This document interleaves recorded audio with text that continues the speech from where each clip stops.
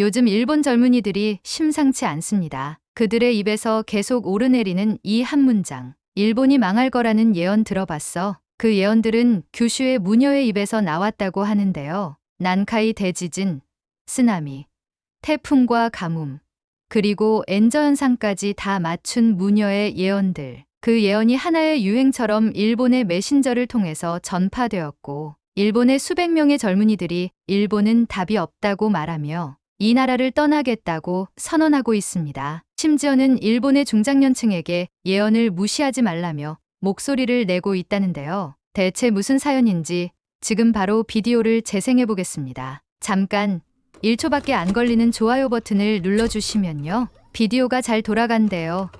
좋아요는 무료잖아요. 안녕하세요. 저는 서울 강북에서 살고 있는 27살 일본인 아오이 미나라고 합니다. 한국에 온 지는 아직 몇 달밖에 되지 않았고 최근 취업을 했어요. 그리고 일본어 과외로 생활비를 충당하고 있죠. 도쿄에서 살다가 서울로 오게 되기까지 그 선택은 단번에 내린 게 아니었어요. 솔직히 말하면 제가 제 나라를 떠나야겠다고 결심하게 된 계기는 무슨 커다란 사명감도 대단한 이념도 아니었거든요. 시작은 그저 밥 한 공기를 제대로 먹지 못했던 어느 날 뉴스 속에서 흘러나오던 한 무녀의 예언이었습니다. 제가 도쿄에 있을 땐 신주쿠 근처의 작은 사무실에서 일했어요. 학교 졸업 후 안정적이라는 이유로 들어간 회사였지만 실상은 퇴근 시간이 따로 없는 기획팀, 매달 빠듯한 월급, 그리고 4평의 좁은 원룸에서의 자취 생활이 전부였습니다. 그래도 처음엔 참았어요.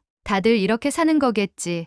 조금만 더 버티면 좋아지겠지 하면서요. 그런데 작년 가을부터 쌀값이 급격하게 오르기 시작했습니다. 도쿄 시내 슈퍼마다 한 사람당 한 포 한정이라는 종이가 붙었고 편의점 도시락 진열대는 오전이면 이미 텅텅 비어 있었어요. 하루는 일이 너무 늦게 끝나서 편의점에서 남아있는 게 단 하나 소금 주먹값뿐이었어요. 가격은 무려 600엔. 그걸 집어들었다가 다시 내려놓았습니다. 그리고 그날 저녁, 저는 컵라면 한 개로 하루를 마감했어요. 이게 내가 원했던 도쿄의 삶이었나? 그때 처음으로 제가 믿어왔던 도쿄 드림이 너무 멀게만 느껴졌어요. 그 무렵이었어요. SNS에서 자꾸 보이는 영상 하나가 있었는데 규슈 무녀 예언이라는 해시태그가 붙은 클립이었어요. 처음엔 그냥 무속이나 괴담 같은 이야기인 줄 알았죠. 하지만 이상하게도 그 영상은 계속 회자됐고 심지어 회사 점심시간에도 누군가 입을 열더라고요. 들었어?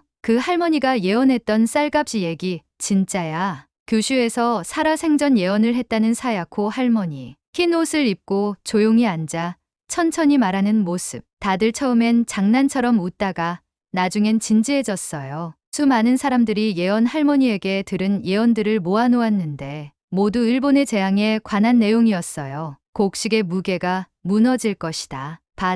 바람이 등을 때릴 것이다. 아이들이 타국을 흠모할 때 이 나라는 무너진다. 머지않아 일본 땅 80%가 물에 잠길 것이다. 한국의 용서를 구하지 않으면 종속될 것이다. 그 영상이 올라온 지 한 달 뒤 진짜로 가뭄과 태풍으로 인해 농가가 피해를 입었고 그때부터 점점 쌀값이 오르기 시작했고 난카이 대지진 전조현상들과 쓰나미가 이어졌어요. 그리고 무엇보다 젊은 층 사이에서는 진지한 대화가 오가기 시작했죠. 우리한테 왜 이런 일이 생기는 걸까? 정말 한국에 사과해야 하는 거 아니야? 근데 뭘 사과해야 되지? 처음엔 반신반의했지만 예언 내용이 하나둘씩 현실화되면서 진짜일 수도 있다는 기묘한 확신이 저를 파고들기 시작했어요. 그런데 이상하리만큼 그 예언을 무섭다고 말하는 사람들이 한국의 용서를 구해야 한다는 부분만큼은 피하거나 외면하더라고요.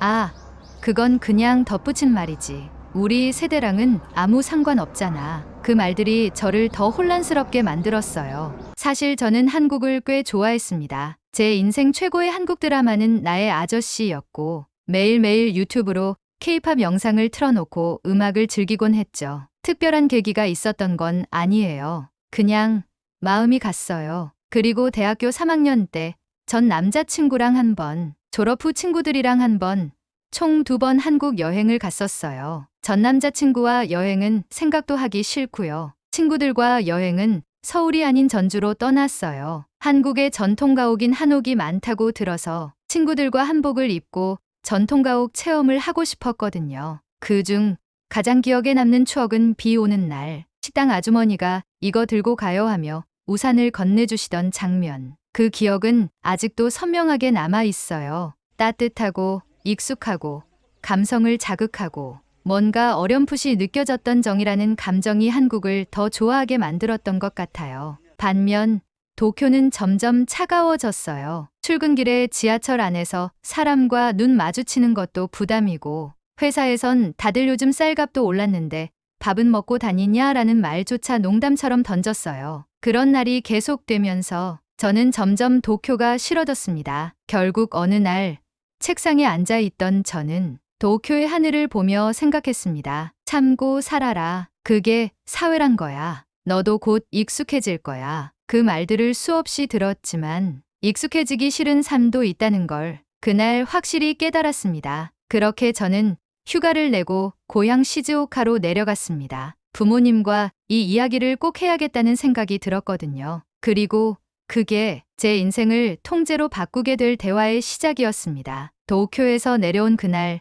하늘은 잔뜩 흐려 있었어요. 기차역을 빠져나와 시즈오카의 오래된 골목을 걷는 동안 낯선 건물 하나 없는 고향이 어쩐지 멀게만 느껴졌습니다. 마치 저는 이 동네에 어울리지 않는 사람이 되어버린 것 같았어요. 현관문을 열자 어머니가 환하게 웃으며 반겨주셨고 아버지는 익숙하게 텔레비전 앞에 앉아 계셨죠. 한동안 못 본 사이에도 집안은 변함이 없었고 오히려 그 변함없음이 더 답답하게 느껴졌습니다. 저녁 식사엔 익숙한 반찬들이 놓여 있었어요. 된장국, 연어구이, 감자조림. 그 모든 것들이 제게 익숙해야 했는데 숟가락을 들고도 한참 동안 입을 떼지 못했습니다. 식사 중간쯤 저는 조용히 입을 열었습니다. 아버지, 규슈 무녀 예언 이야기 들어보셨어요? 아버지는 숟가락을 멈추더니 눈을 살짝 찌푸리며 말씀하셨습니다. 그런 뜬 소문은 관심 없다. 예언이 나라를 구하겠냐? 그게 그냥 소문이라고 보기엔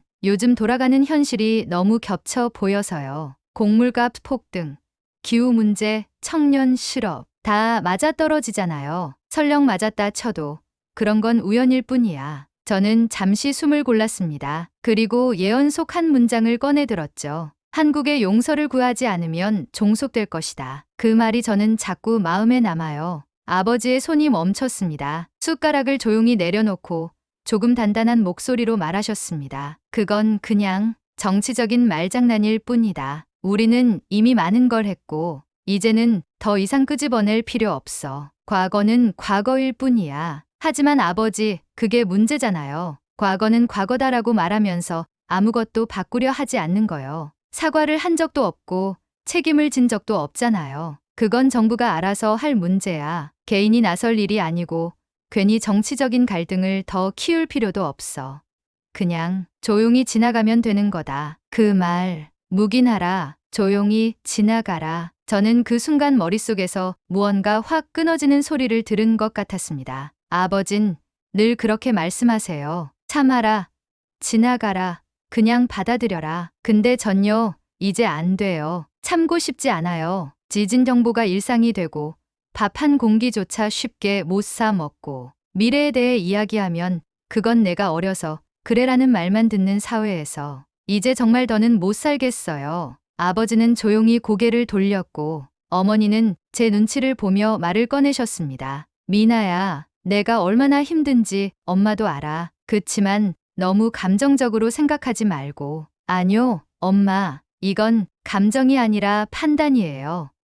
저 한국으로 갈 거예요. 둘 다 고개를 들고 저를 바라봤습니다. 그 순간만큼은 저도 떨렸어요. 하지만 그건 무게를 인식한 떨림이 아니라 그동안 눌러온 것들이 터지며 생긴 가벼운 흔들림이었어요. 도쿄에 다시 올라가면 이력서 정리해서 보내고 인턴십 지원도 다시 해볼 거예요. 준비가 된 건 아니에요. 근데 일본에 더는 답이 없다는 생각이 요즘 자꾸 들었어요. 한국이 무슨 낙원인 줄 아니? 아버지의 낮은 목소리가 제 등을 때렸지만 저는 조용히 고개를 끄덕였습니다. 그건 알아요. 근데 적어도 거긴 지금보단 숨 쉴 수 있을 것 같아요. 답답함이 치밀어 올라 밥도 다 먹지 않고 부랴부랴 다시 도쿄로 가기 위해 가방을 챙겼어요. 집을 나서기 전 아버지는 여전히 아무 말 없이 식탁에 앉아 식사를 하고 계셨고 어머니는 마당까지 따라 나오셨어요. 어머니는 제게 이대로 가면 안 된다는 것처럼 고개를 좌우로 흔들었습니다. 하지만 저는 어머니를 뿌리치고 울분을 참고 기차역으로 향했어요.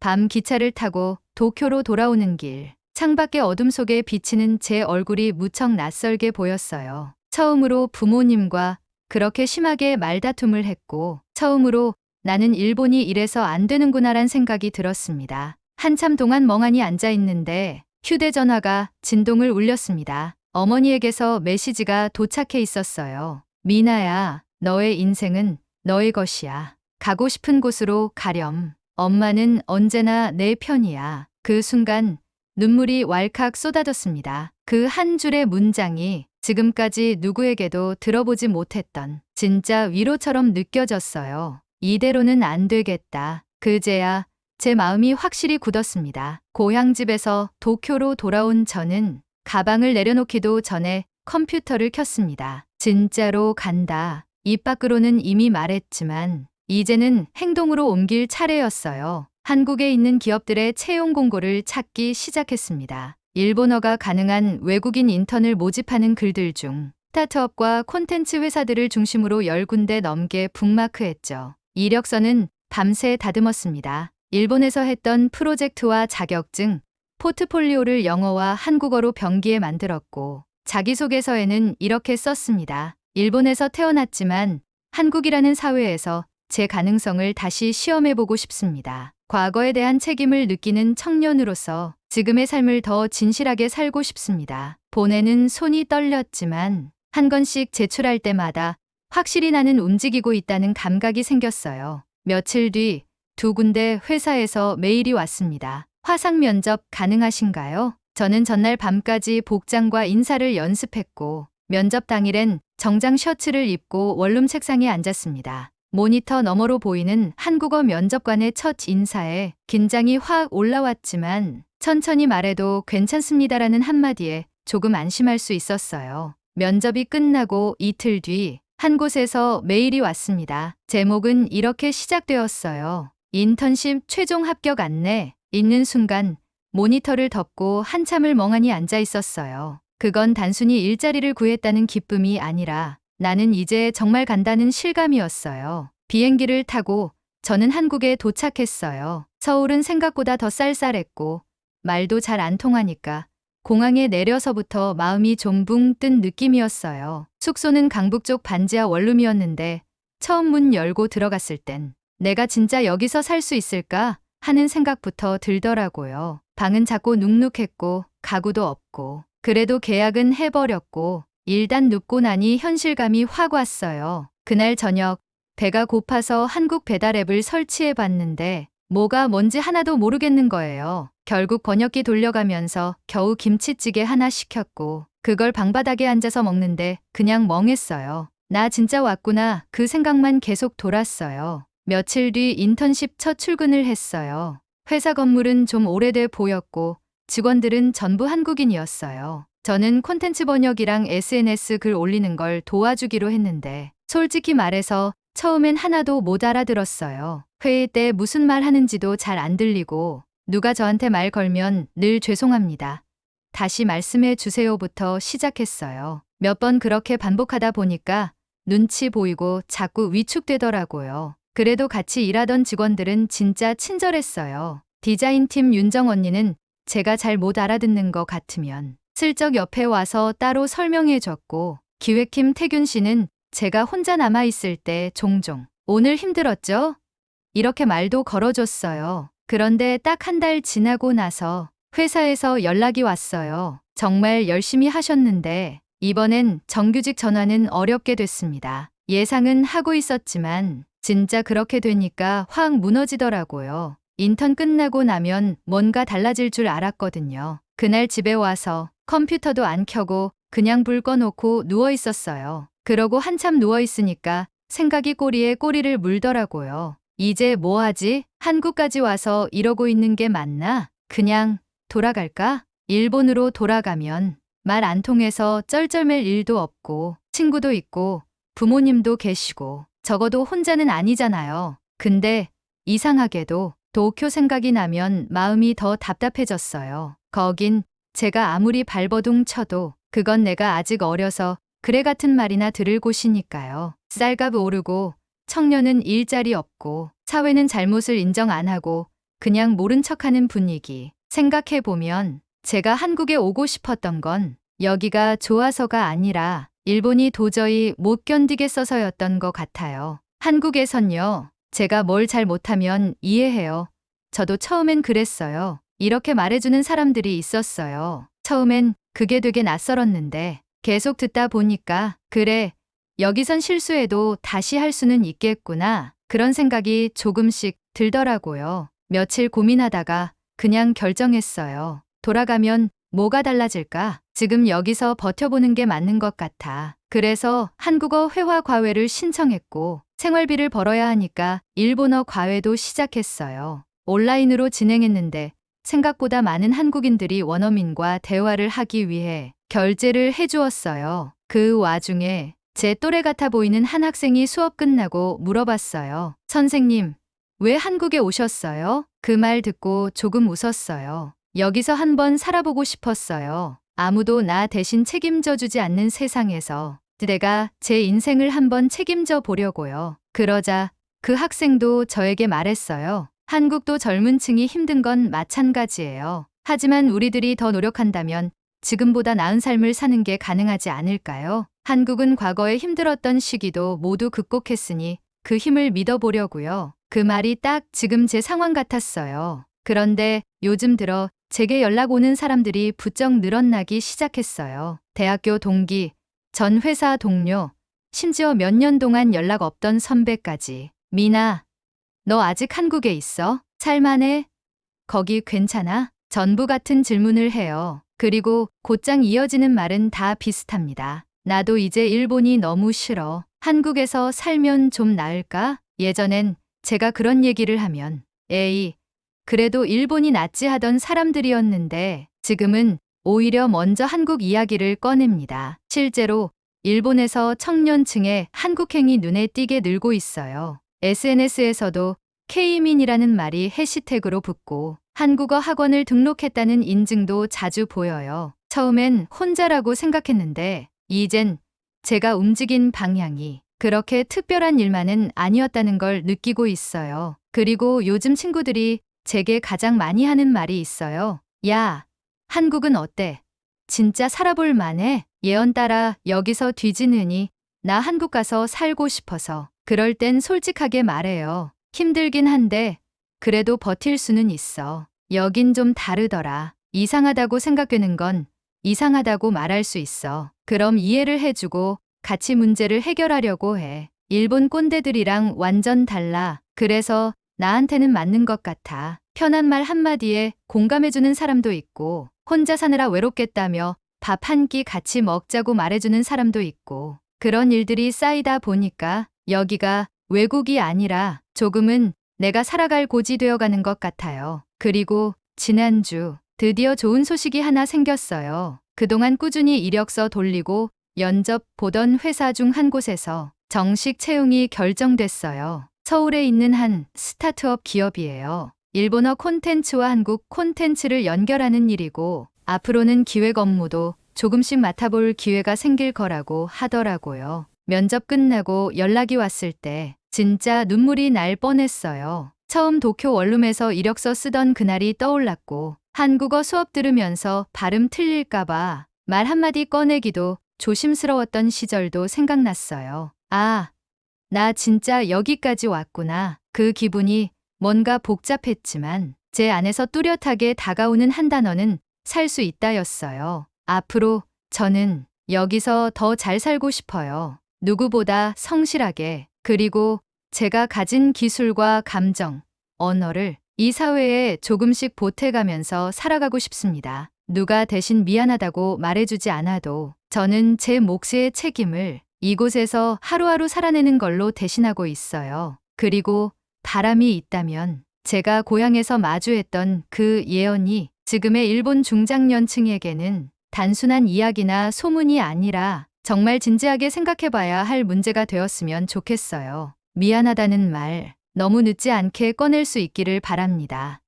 그게 우리 세대가 조금이라도 덜 외롭고 덜 아프게 살아갈 수 있는 시작이 될 수 있으니까요. 오늘의 사연은 여기까지입니다. 오늘 사연에 대한 여러분의 생각을 댓글로 남겨 감동 비디오의 마지막을 장식해주세요. 그리고 오늘의 비디오가 공감이 되신다면 구독, 좋아요 한 번씩 부탁드리겠습니다. 여러분의 댓글 하나하나가 영상을 제작하는데 큰 힘이 됩니다. 다음엔 더 흥미로운 사연으로 여러분을 찾아뵙겠습니다. 시청해주셔서 감사합니다.